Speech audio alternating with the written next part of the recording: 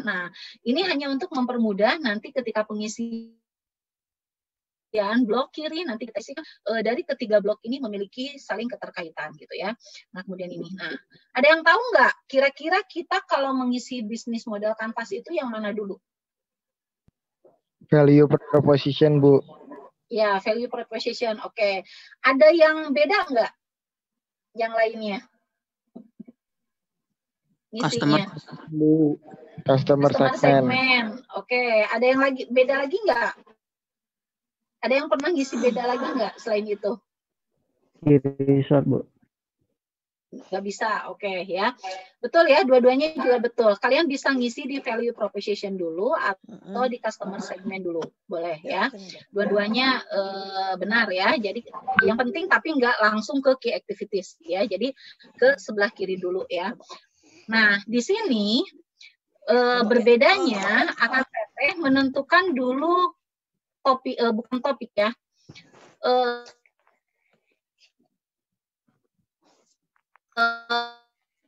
Itu usaha yang akan teteh diangkat dulu.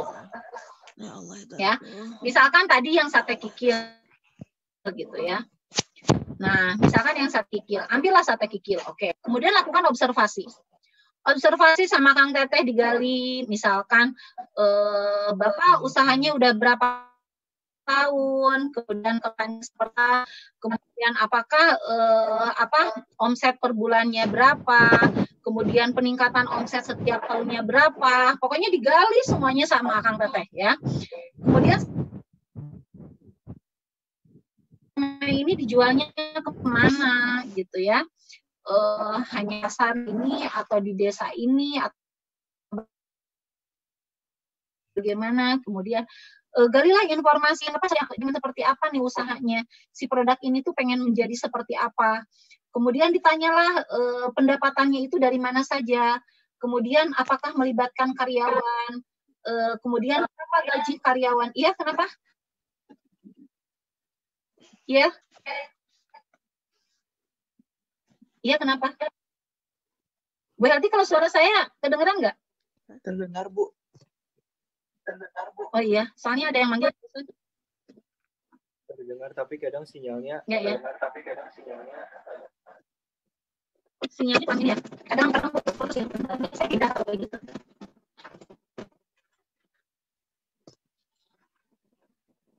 Oke, sebentar ya. Nah, jadi Akang Teteh silahkan ini gali semua informasi dari objek yang akan Akang Teteh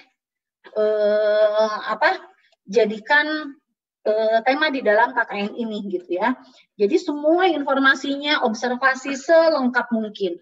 Kenapa selengkap mungkin? Agar tapi lengkapnya itu lengkap berdasarkan data yang sesungguhnya ya. Artinya semua informasi.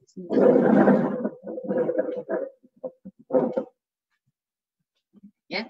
Jadi semua informasi dari si yang dilakukan oleh objek yang kita tentukan, objek masyarakat yang kita tentukan gitu.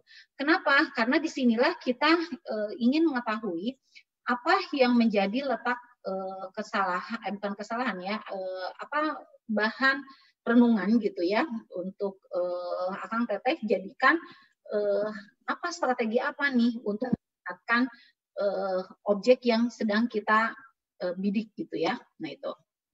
Nah jadi Akang Teteh tinggal ini misalkan sate kikil gitu ya. Oke. Atau ada yang ini nggak? Boleh nggak saya memisalkan ada di sini yang sudah observasi ke lapangan nggak? Ada kira-kira produknya apa biar kita sambil bahas di sini. Ada yang udah ke lapangan nggak? Nih coba kelasnya yang Cileles nih. Kelasnya saya kalau nggak salah ada beberapa sudah ke lapangan nih. Afif bisa ini nggak Afif? Biar dua arah nih. Wow. Iya Bu. Ditembak langsung loh. Langsung tembak lah. Biar nggak ngantuk nanti pas lagi ngantuk lah langsung dipanggil. Afif bisa dengar suara saya Afif? Kedengeran Bu. Ya, oke. Objek yang Afif angkat itu apa, Afif? Di bidang fashion, Bu. Produksi Di bidang batik. fashion, oke. Oke, fashionnya itu dia yang kira-kira nih, Apip mau ngisinya itu di bagian mana dulu, Fip?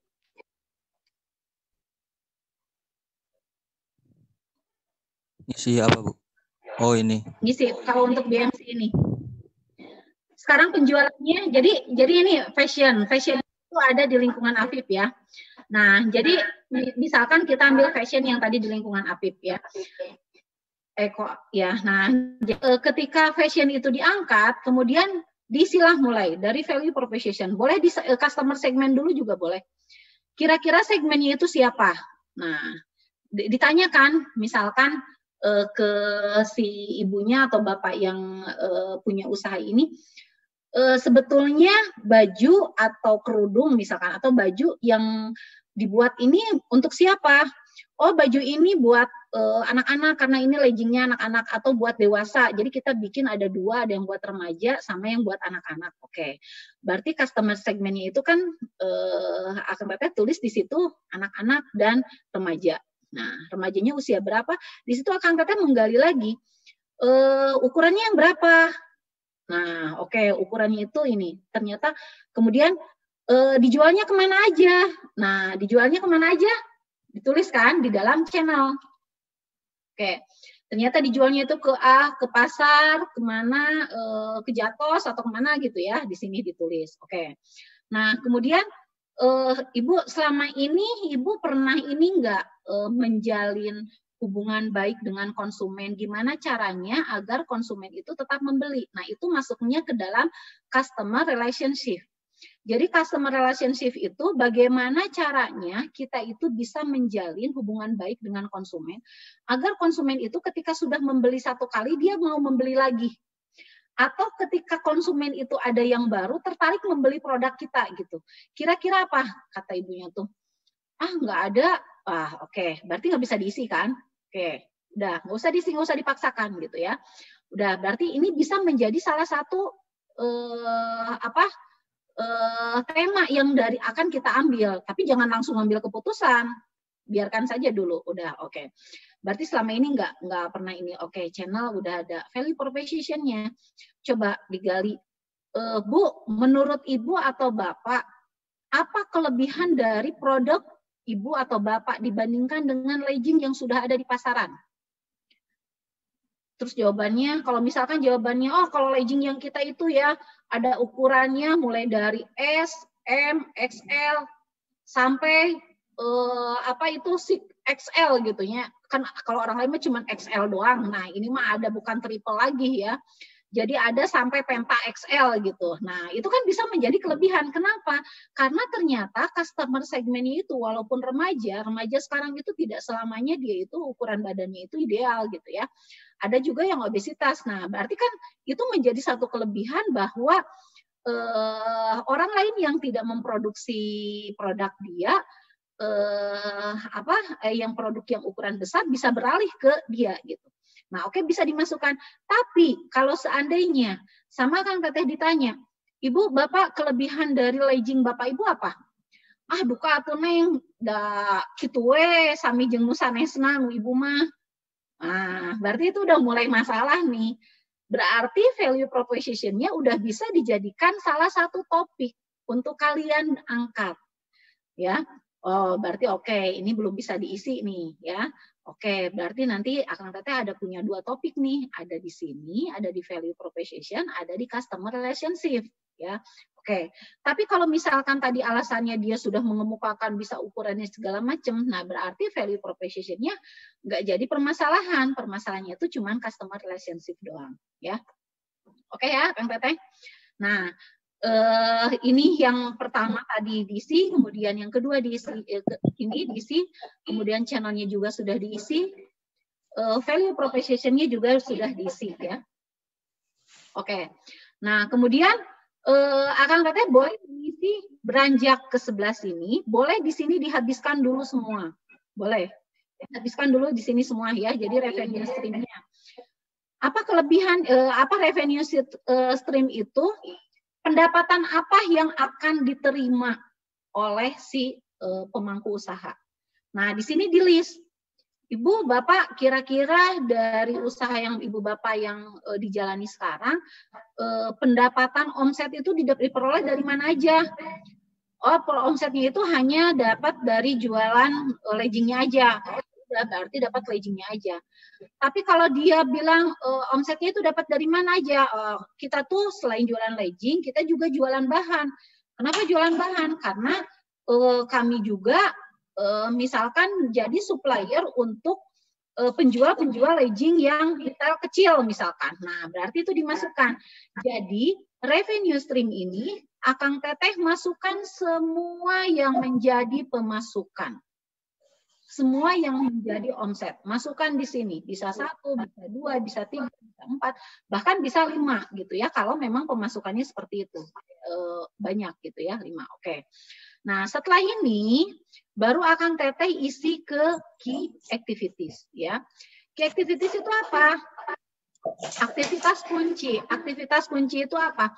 Aktivitas apa yang akan menjadi kunci utama? Kalau aktivitas itu nggak ada, maka usaha ini tidak akan bisa berjalan dengan baik. Tuh ya. Nah, tadi misalkan fashion, bikin legging tadi gitu ya. Dalam fashion itu aktivitas kuncinya apa? Berarti membuat pola. Nah, ini kunci kan? Kalau pola nggak jadi nggak produknya? Kalau polanya nggak benar buatnya, jadi nggak? Nggak ya. Nah, jadi membuat pola bisa dimasukkan ke sini. Terus apalagi yang menjadi key activities-nya? Akang Teteh list apa yang menjadi kata kunci kalau aktivitas ini hilang, maka si usaha ini udah nggak bisa jalan gitu ya. Apakah di sini bisa nggak key activities itu kita masukkan marketing, misalkan kalau marketingnya offline itu nggak jalan, itu bisa. Apapun key activities itu tidak selamanya harus proses yang produksinya gitu ya. Bu Helti di mananya gitu, yang itu Bu Helti bisa nggak di-unmute dulu? Iya, Bu Inin boleh tolong saya jadikan co-host, Oke. punten. Saya tadi keluar soalnya, kelempar. Sip. Oke. Nah, terima kasih.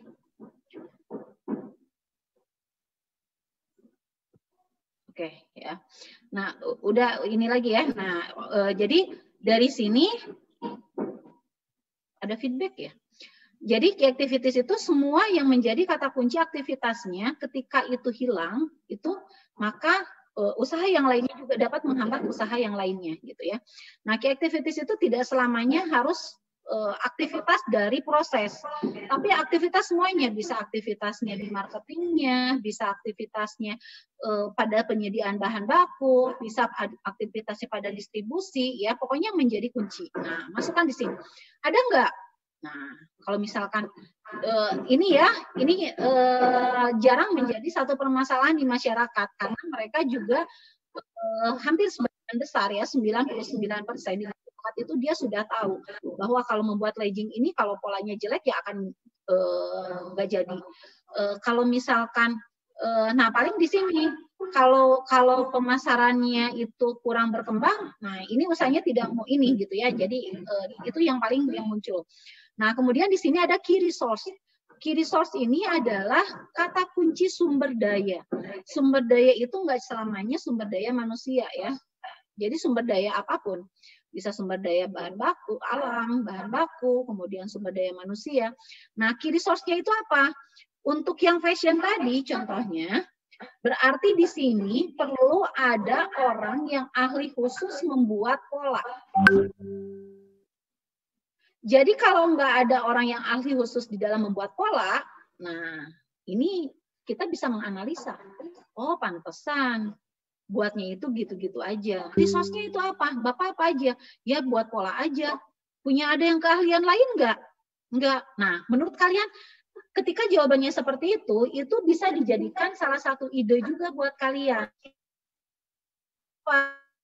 Menurut kalian bisa menganalisa hanya si Bapak legging ini nggak berkembang itu karena dia itu nggak punya SDM yang bisa mengembangkan pola itu.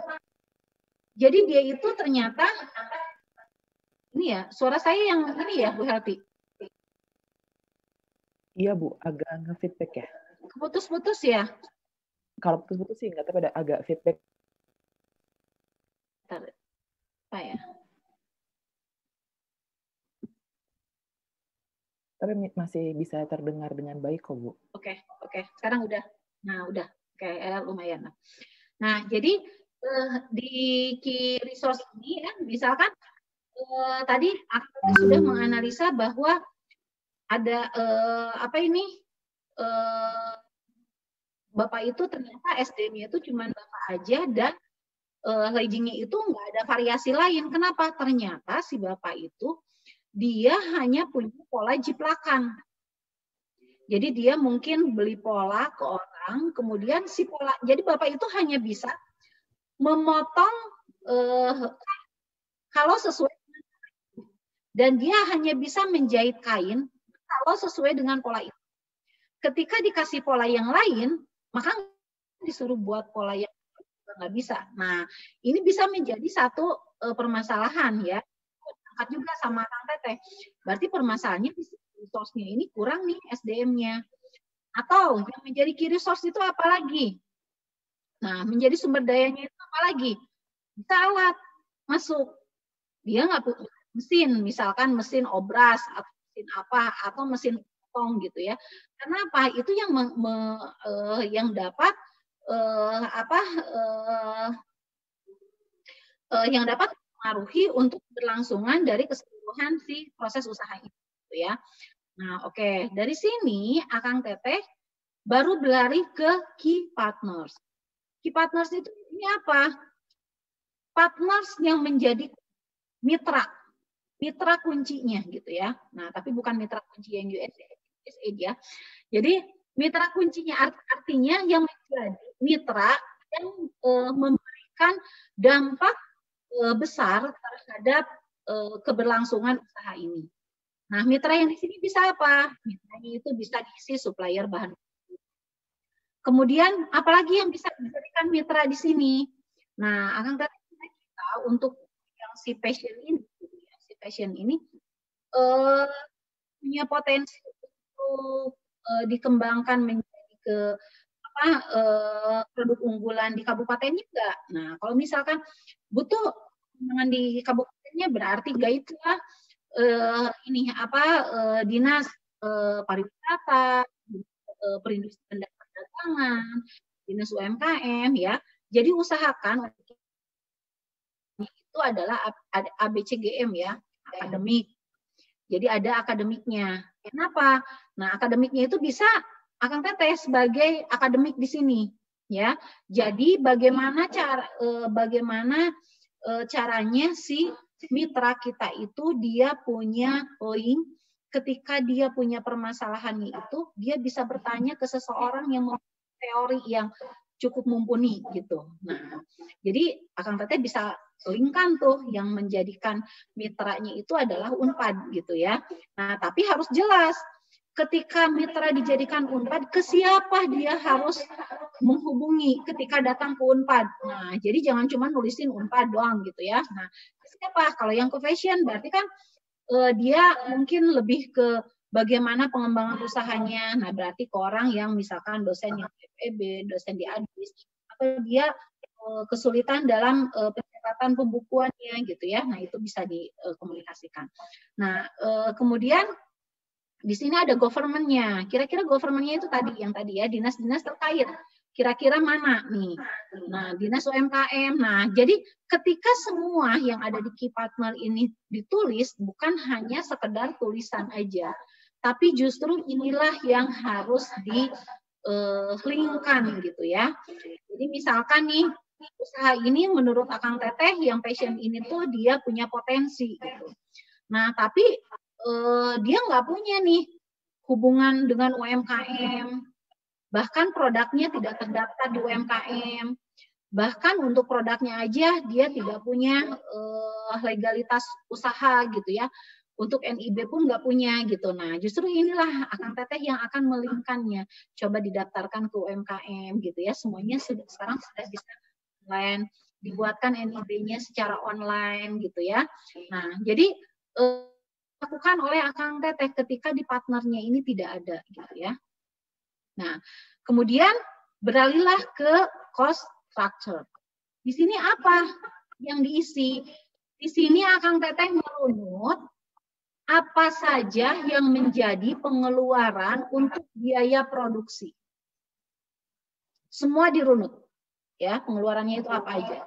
Gaji karyawan, kemudian atau yang dimaklunkan. Ada beberapa yang fashion itu dimaklunkan untuk menjahit ya. Jadi si yang punya usaha mitra usaha itu dia hanya memotong, kemudian yang ngejahitnya itu dimaklunkan ke masyarakat sekitar gitu. Jadi nanti dia dibayar upahnya. Jadi si karyawan itu tidak ada di tempat usahanya, tapi karyawannya itu ada di rumah masing-masing karyawan gitu. Nah, itu kan berarti masuk pengeluaran, berapa harus membayar maklunnya itu gitu ya. Kemudian apalagi? Ternyata harus bayar listrik, ternyata harus bayar maintenance dari mesin gitu.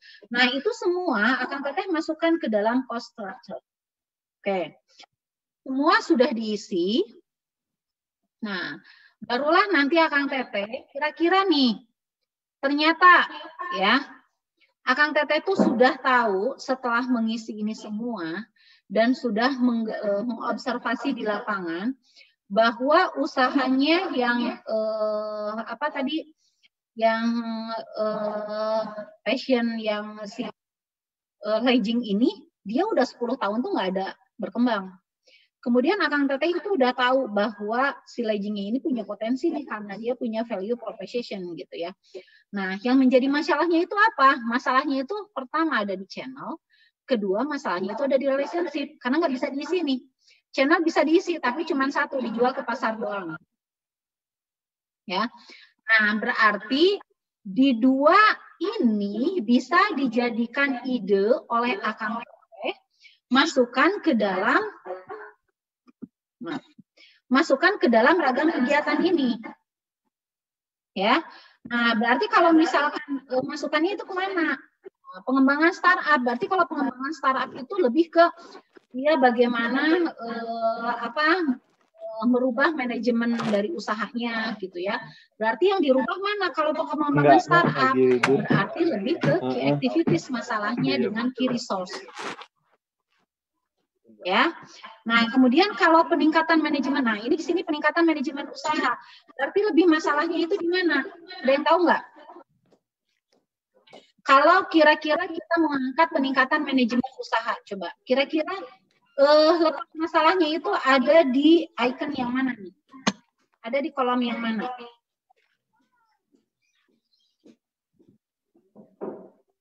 Ayo, ada yang bisa jawab nggak?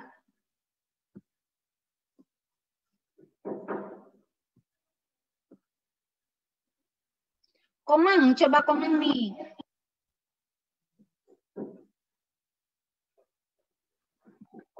Komang. Ya, Ibu. Ya, sip. Ya, Komang. Nama aslinya benar Komang ya? Ya, bisa nama panggilan. Nih, kira-kira kalau Komang itu punya permasalahannya itu customer segment nih misalkan ya. Kira-kira kalau masuk ke ragam kegiatan ini ngambil temanya yang mana? Suara Ibu di tempat saya suara keputus-putus seperti robot. Oh gitu ya? Iya, Bu. Kenapa ya? Sebentar.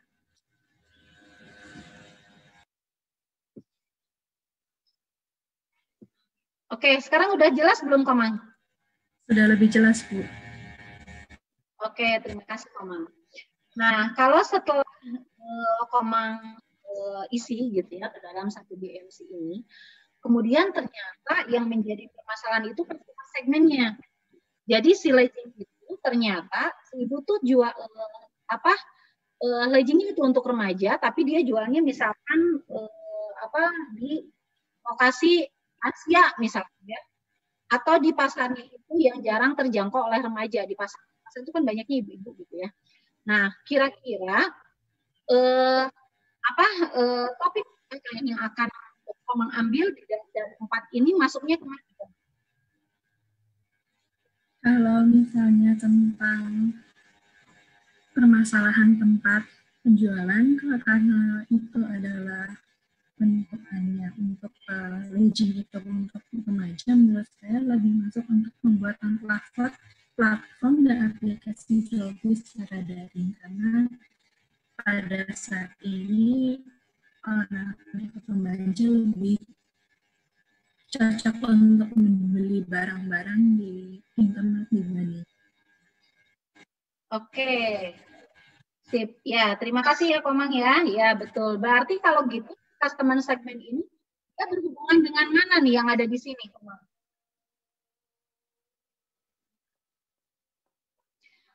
Apakah lebih ke customer relationship atau ke channel? Ibu masih berbicara kepada saya? Iya. Oh, Ya, maaf, masih ke Bu. Menurut karena kurang terjangkau oleh orang-orang yang sampai mendapatkan pengetahuan tersebut. Ya, oke. Berarti dia berhubungannya dengan channel ya. Nah, berarti lebih berhubungan dengan channel, karena di channel ini tadi kita sudah ketahui bahwa hanya di pasar, oke ya. Nah, mudah-mudahan semuanya juga bisa memahami seperti itu gitu ya. Jadi nanti berarti ragam kegiatan yang akan diangkat adalah pembuatan platform ini. Nah, apa yang ide yang akan dimunculkan, karena kita udah tahu tadi customer segmentnya itu seperti apa, kemudian channelnya seperti apa, kemudian tadi Komang juga udah menyampaikan bahwa yang akan diangkat itu adalah pembuatan platform dan aplikasi jual beli secara daring gitu ya. Nah, berarti nanti bukan berarti si bisnis model Canvas ini udah selesai, enggak. Tapi nanti si bisnis model Canvas itu akan kita lebih sempurnakan, diisi yang akan menjadi tema pekerjaan kita di dalam KKN virtual ini. Nah, berarti kan channelnya nanti ditambah sama Komang gitu ya, atau sama yang lainnya, itu ada platform. Nah, tapi kalau di channel itu nggak boleh umum, platform digital nggak boleh seperti itu, tapi channelnya itu harus ditulis apa? Apakah mau dikembangkan ke IG atau dikembangkan di Tokopedia atau di Bukalapak atau di Shopee. Ketika kalian memilih salah satu e-commerce, kalian harus sudah membidik customer segment kita itu siapa. Tadi kita udah tahu kalau customer segment kita itu adalah remaja. Berarti kita harus tahu channel e-commerce mana yang remaja itu paling banyak mengunjungi.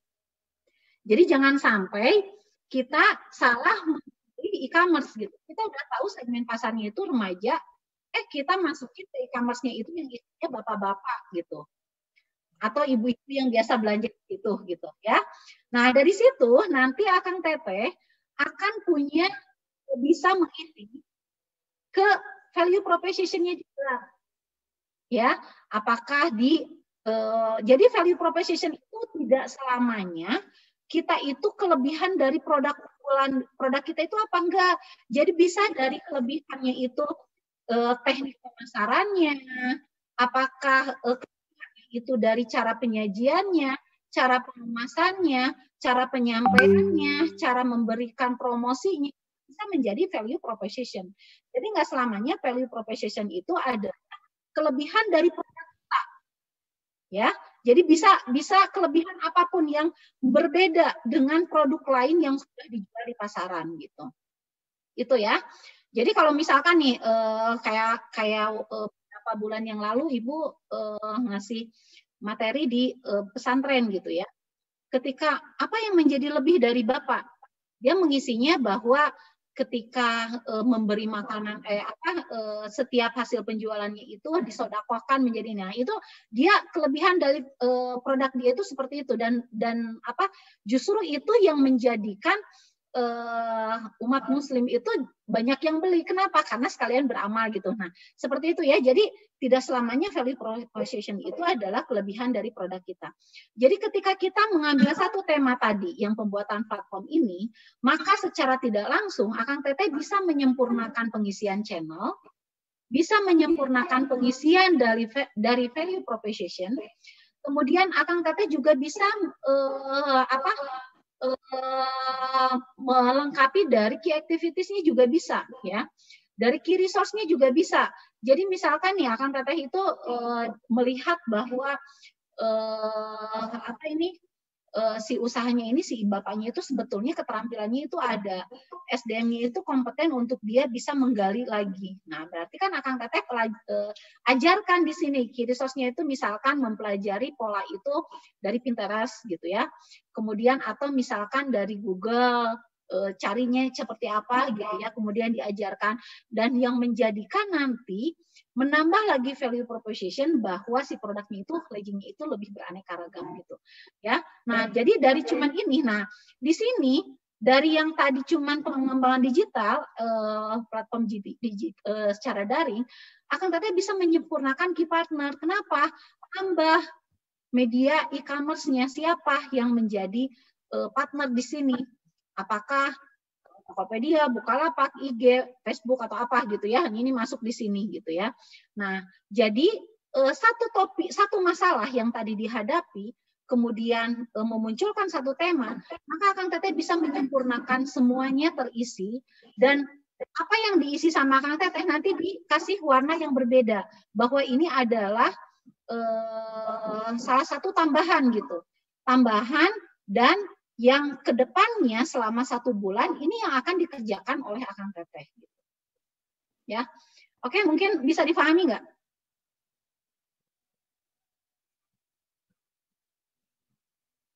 Ada pertanyaan? Nah. Program kedua. Ada pertanyaan?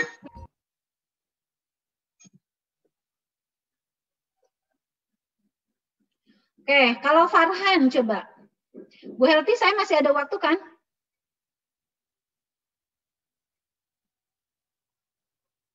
Oh, 5 menit lagi, Bu In. Berapa menit? 5. Oh, 5 menit. Udah termasuk untuk breakout belum? Belum.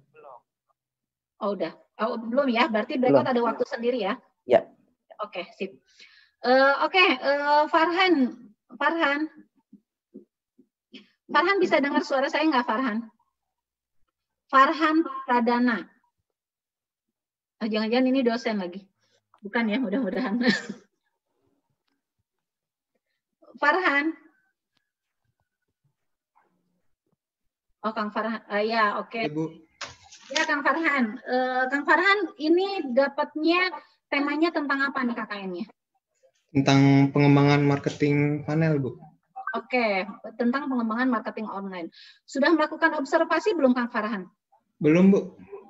Belum melakukan observasi sedikit pun? Belum, karena memang baru ketemuan pertama tuh baru kemarin gitu, Bu. Jadi pembagian tugas-tugas. Kira-kira Kang Farhan akan membidik di wilayah mana? Kalau di KKN ya, Bu, saya kebagian di ini, Bu, strategi marketing, Bu.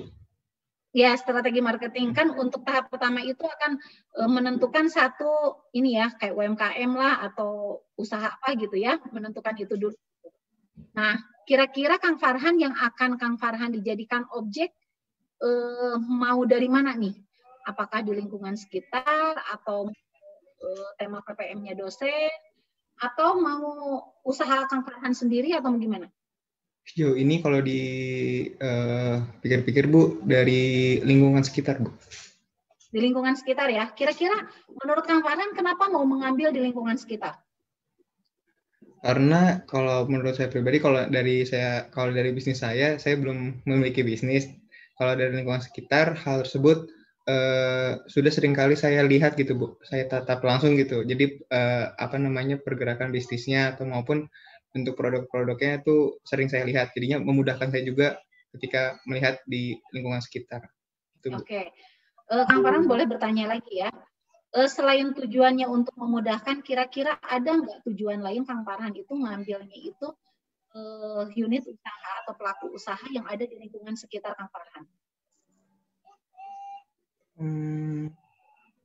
Paling lebih menambah value dari UMKM tersebut, Bu. Karena kan lingkungan sekitar kan bisa dibilang daerah sendiri gitu ya, Bu. Jadi meningkatkan value UMKM dari daerah yang sama gitu, Bu.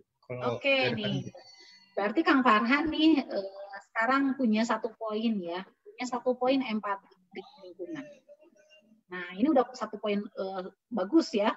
Dari sini aja kita sudah mulai peka terhadap lingkup. Artinya, kenapa tidak mengambil topik yang punya yang lain atau di yang lain? Nah, ternyata punya tujuan yang mulia, bahwa sebelum mengembangkan pelaku usaha yang lain, Kang Farhan itu ingin mengembangkan yang di lingkungan sendiri agar lebih berkembang, agar nilai lebih gitu ya, setidaknya dengan pembelajaran KKN ini bisa lebih digali informasi itu gitu ya. Nah itu ya, jadi terima kasih di Kang Farhan untuk informasinya ya. Nah dari sini kan nanti Kang Farhan itu akan menentukan. Mungkin sekarang Kang Farhan sudah mulai punya nih beberapa, misalkan ada 5 unit pelaku usaha yang akan Kang Farhan bidik ya. Kira-kira udah punya belum Kang Farhan? Jauh ini Adalah kira-kira 1, 2, 3 gitu. Tapi belum menentukan yang ini. Ada nggak? ada Bu, ada. Ada ya. Ada berapa? Sejauh ini baru ada 2 Bu yang dipikirin. Baru ada 2. Oke. Nah, kira-kira Kang Farhan sekarang sudah punya bayangan nggak dari 2 ini akan lebih condong kemana? Maksudnya condong kemana itu kayak gimana ya Bu? Yang 2, kan ada 2 ya, A dengan B misalkan ya. Pelaku usahanya itu A dengan B kan. Nah, dari A dengan B ini kan harus cuma salah satu ya Kang ya. Nah, dari yang satu ini kira-kira Kang Farhan udah mulai bidik nggak, kira-kira kayaknya saya B deh. Atau saya lebih baik kayaknya dikembangkannya A deh gitu. Sejauh ini belum sih Bu, karena masih mengira-ngira gitu, masih abu-abu gitu Bu, dari 2 UMKM gitu. Oke, nah kira-kira kalau boleh tahu nih nanti ke depannya ketika menentukan A atau B, alasan apa yang akan lebih digunakan untuk memilih salah satu di antara 2 pilihan itu? Kalau dari aku lebih ke value-nya Bu, yang diangkat apa dulu? Value yang sudah ada atau value yang belum ada? Mungkin value-nya dari yang sebelumnya diangkatnya apa, terus sekiranya hal itu tuh bisa dikembangin lebih jauh lagi, nah itu paling Bu, yang bisa ditingkatin. Berarti yang hanya bisa dikembangkan yang akan dipilih? Nggak menutup kemungkinan juga yang memang sekiranya hal yang memang dia belum nyentuh, tapi bisa dinaikin lagi gitu Bu, bisa dimunculin malah. Ya, oke. Mudah-mudahan semua dari teman-teman KKN 600 yang ada di sini tuh memiliki setidaknya pemikiran yang hampir sama ya. Jadi ketika Kang Teteh nanti menentukan satu pelaku usaha yang akan dibidik menjadi objek, usahakan yang memberikan dampak. Apa yang akan Teteh lakukan itu memberikan dampak. Jadi ketika di sininya salah satu dari item ini tidak bisa diisi, jangan udah nggak jadi gitu, jangan. Justru disinilah proses pembelajaran kita gitu ya. Artinya dalam pembelajaran KKN ini tidak ada yang benar dan tidak ada yang salah, tapi semuanya itu sama-sama belajar bagaimana caranya kita dibimbing untuk lebih meningkatkan kreativitas kita, memunculkan ide, kemudian kreativitas kita mengaitkan antara ide yang satu dengan ide yang lain, bergabung menjadi satu ide yang brilian dalam satu tim gitu. Jadi nanti kan dari satu sekarang observasi di lapangan sendiri-sendiri, kemudian dari observasi di lapangan kalian nanti presentasi apa dari kelebihannya itu ya. Jadi sebetulnya kalau presentasi Kang Teteh cukup memunculkan dari si BMC ini. Kang Teteh bisa mengisi dari BMC ini didukung dengan apa? Didukung dengan pengetahuan yang tadi sudah diberikan oleh Pak Amirullah, kemudian oleh Pak Rifani, dengan oleh Pak Dwi gitu. Jadi tanpa ilmu dari mereka bertiga tadi, maka si bisnis model kanvas itu tidak bisa terbentuk. Karena apa? Teknik kalian melakukan observasi nggak bisa kalian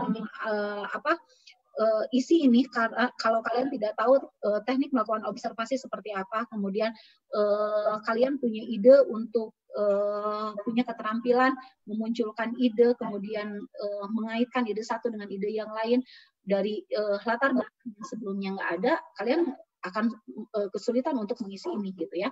Nah, jadi nanti di sini ketika satu presentasi tinggal dimunculkan, Kang Teteh buat di dalam ini ada satu kotak tambahan untuk mengisi, nanti dikasih beda warna. Warna yang pertama itu realnya yang akan ada di lapangan. Warna kedua adalah penyempurnaan yang kedepannya akan menjadi pekerjaan Akang Teteh selama 1 bulan. Gitu. Ya, oke ya, bisa dipahami ya? Bisa dipahami nggak? Bisa insya Allah. Bu En. Oke ya, mudah-mudahan bisa ya. Ini kadang-kadang ada yang suka lupa ngejawab sebetulnya, tapi lupa ngeklik tombol mute-nya gitu. Oke ya, nah ada lagi pertanyaan nggak Kang Teteh? Ada yang mau ditanyakan nggak? Kira-kira nih, nanti ada yang kebingungan Bu, kalau untuk misi ini gimana, untuk misi ini gimana gitu. Ya, silakan teman-teman KKN sambil menunggu. Kalau misalkan, ya, kalau misalkan Chatbox sudah ada nggak, pertanyaan. itu juga boleh di chat. Ya, sudah ada chat ditanyakan oleh Nadim Alvan Asa. Izin bertanya, jika BMC itu tidak ada masalah yang ditemukan, bagaimana Bu In? Kalau di dalam BMC itu tidak ada masalah yang ditemukan, berarti tidak ada yang bisa kita bantu. Tapi kalau menurut saya, pasti ada. Ya, pasti adanya itu apa? Jadi yang namanya manusia itu tidak pernah puas. Kita bermimpi punya gaji 1 juta. Setelah dapat 1 juta, kenapa kita punya mimpi gaji ada 1 juta? Karena kalau udah gajinya 1 juta, nanti 500 ribunya itu mau dibelikan A, 100 ribunya beli B, 400 ribunya itu beli C. Nah, ketika kita misalkan dengan berjalannya waktu 1 tahun, dapatlah gaji 1 juta. Udah 1 juta, pasti kita pengen bekerja lebih giat lagi untuk gaji 3 juta. Kenapa? Keinginannya beda lagi, bukan ABC lagi, pengen DEF gitu ya. Nah, begitu juga di lapangan gitu ya. Ketika pelaku usaha itu ini pasti ada. Jadi ketika sudah mengisi semuanya, kemudian coba Bapak atau Ibu sebetulnya mimpi dari usahanya itu apa? Misalkan udah nggak ada mimpi, misalkannya itu jawabannya udah nggak ada mimpi lah. Kalau udah nggak ada mimpi, nah kita kan nggak bisa maksain ya. Nah tinggal Akang Teteh sekarang mencari kira-kira berdasarkan kalau sudah tidak ada permasalahan, berarti kan value proposition-nya udah oke, segmen pasarnya udah oke, relationship udah oke, channel-nya juga udah oke. Nih kira-kira bisa nggak nambahin revenue? Ya, penambahan, bisa nambahin omset nggak? Siapa sih yang nggak mau omsetnya bertambah gitu? Nah, kira-kira kalau nambahin omset, di mana nih yang bisa kita lengkapi? Apakah kita membuat apa itu di value proposition-nya itu lebih ke produk atau lebih ke promosi, lebih ke apa gitu ya? Menjadikan lebih, ataukah channelnya yang kita tambah?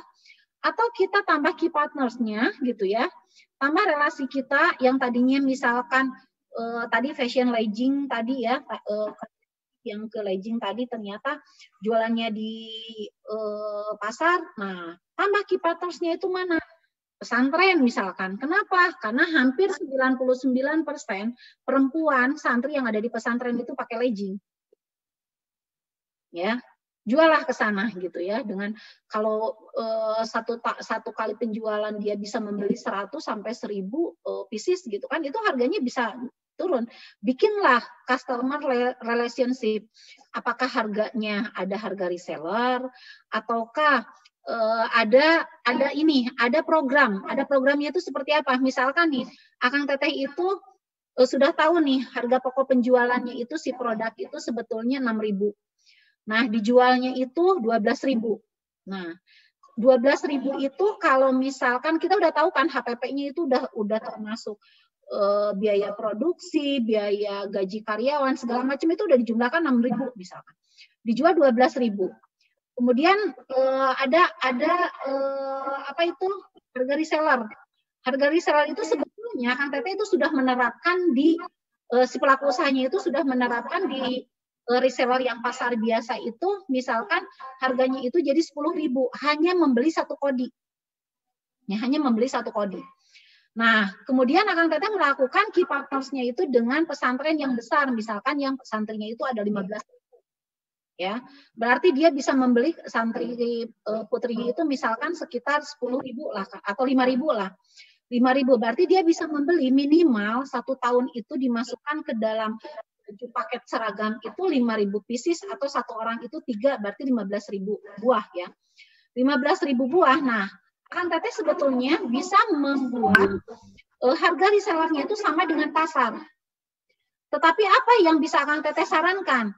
Misalkan nih, kalau pembeliannya itu sudah kita misalkan sebetulnya kita bisa nih ngasih harga itu 8.000 karena HPP-nya 6.000. 2.000 masih dapat nih kita. Kalau pembelian 15.000 kali 2.000 udah berapa? Banyak sebetulnya keuntungan yang bisa didapat dalam satu kali penarikan penjualan ya. Nah, 2.000-nya itu tapi jangan dikurangi. Kenapa? Karena Akang Teteh harus punya konsisten harga itu sama dengan channel yang ada di pasar gitu ya. Tapi si 2.000-nya itu Akang Teteh tabung dengan kalau nih pembeliannya itu sudah sampai apa itu misalkan 13.000, nanti Ibu bisa dapat TV LED. TV LED sih. TV apa itu LED? Ya, TV